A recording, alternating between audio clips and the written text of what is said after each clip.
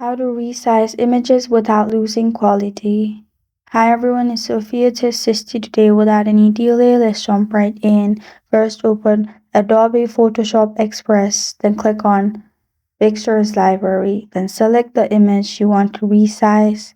You'll find Resize option on second on left side of your screen. Click on it and you'll find all these options.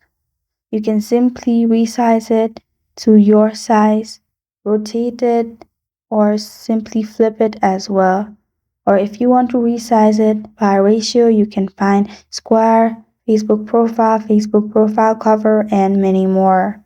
After that, you're good to go. Simply click on save and your image will be resized. That's how to resize images without losing quality.